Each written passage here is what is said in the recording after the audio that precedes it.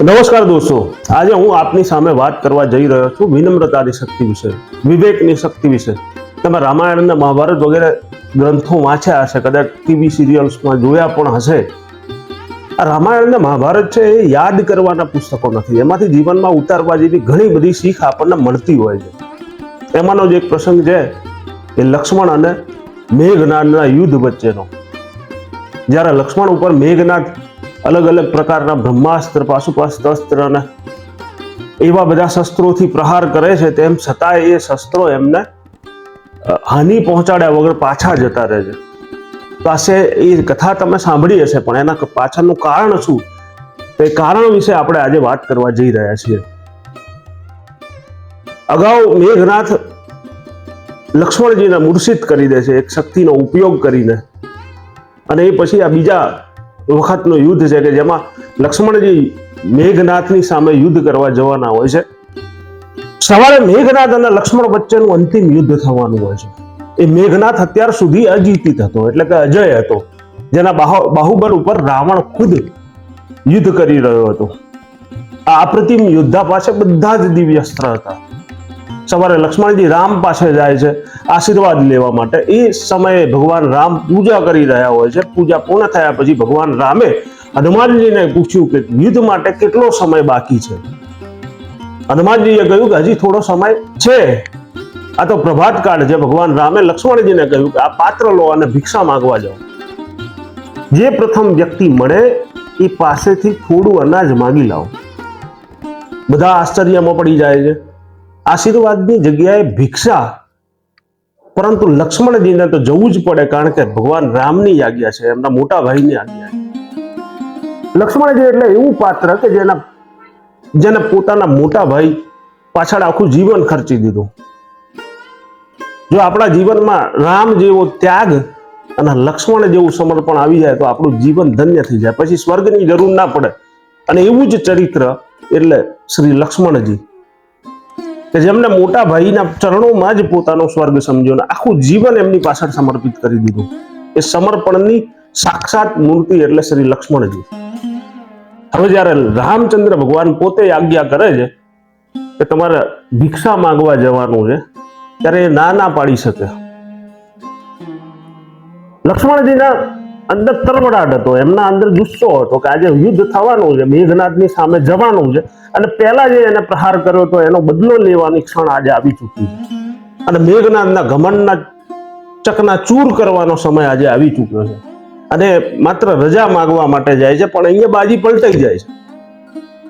રામચંદ્ર ભગવાન એમને યુદ્ધ કરવાની નહીં પણ ભિક્ષા માંગવા માટેની આજ્ઞા કરી બેસે છે. અને બધા જ આશ્ચર્યમાં પડી જાય છે. લક્ષ્મણજી જ્યારે ભિક્ષા માંગવા નીકળ્યા ત્યારે એમને પ્રથમ રાવણનો સૈનિક રસ્તામાં મળે છે, અને જે પ્રમાણે આજ્ઞા હતી એ મુજબ એની પાસે માંગવાનું જ હતું. જો ભગવાનની આજ્ઞા ના હોત ને તો લક્ષ્મણજી તત્કાળ એને મારી નાખત, પણ હવે આજ્ઞા હતી એટલે એમને એની પાસેથી ભિક્ષા માંગી. સૈનિક એની રસદમાંથી થોડું અનાજ લક્ષ્મણજીને આપે છે, ને એ અનાજ ભગવાન રામને લક્ષ્મણજી અર્પણ કરે છે. ત્યારબાદ ભગવાન રામે એમને આશીર્વાદ આપ્યો કે વિજય ભવ.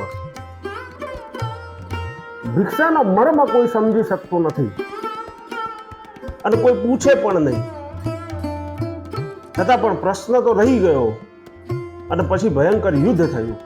અંતે મેઘનાથ ત્રિલોકની અંતિમ શક્તિઓ શ્રી લક્ષ્મણજી ઉપર ચલાવે છે. બ્રહ્માસ્ત્ર ચલાવે છે, પાશુપાસ્ત્ર ચલાવે છે, સુદર્શન અસ્ત્ર ચલાવે છે. આ બધા જ અસ્ત્રોનો એમના ઉપર કોઈ અસર થતી નથી. લક્ષ્મણજી પાસે આવે છે અને પાછા પરત ચાલે જાય છે.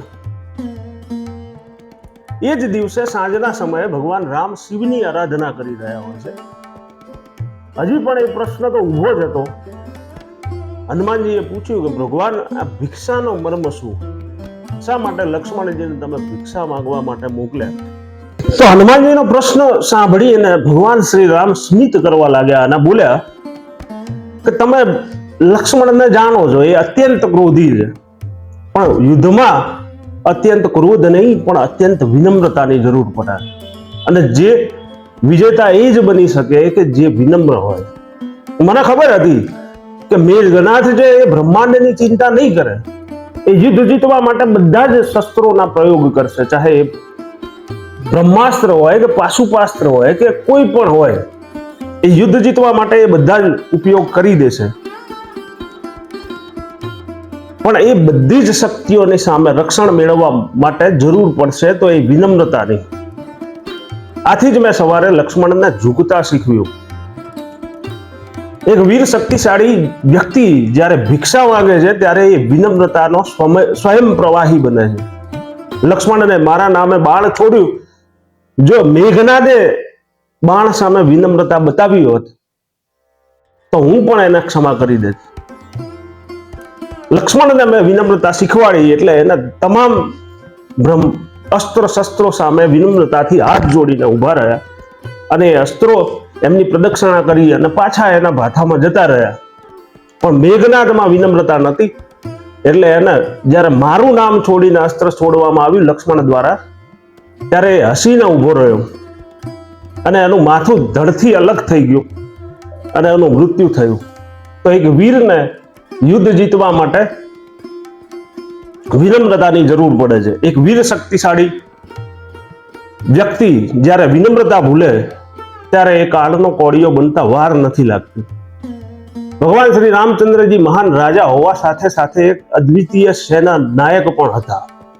યુદ્ધ દરમિયાન વિનમ્રતાની શક્તિ સંચયનો માર્ગ છે. વીર પુરુષને તે શોભે છે. આથી કોઈ પણ મોટા ધર્મ યુદ્ધમાં વિજય પ્રાપ્ત કરવા માટે વિનમ્રતા અને ધૈર્ય હોવું અત્યંત આવશ્યક છે. રામચરિત માનસમાં ગોસ્વામી તુલસીદાસજી લખે છે કે ધીરજ ધર્મ મિત્ર અરુ નારી, આપદ કાળ પરખઈ ચારી. એટલે ધીરજ, મિત્ર, ધર્મ અને નારી આ બધાની ખબર ત્યારે જ પડે કે જ્યારે કોઈ ઇમરજન્સી હોય, જ્યારે કોઈ આપત્તિનો કાળ હોય. જય શ્રી રામ.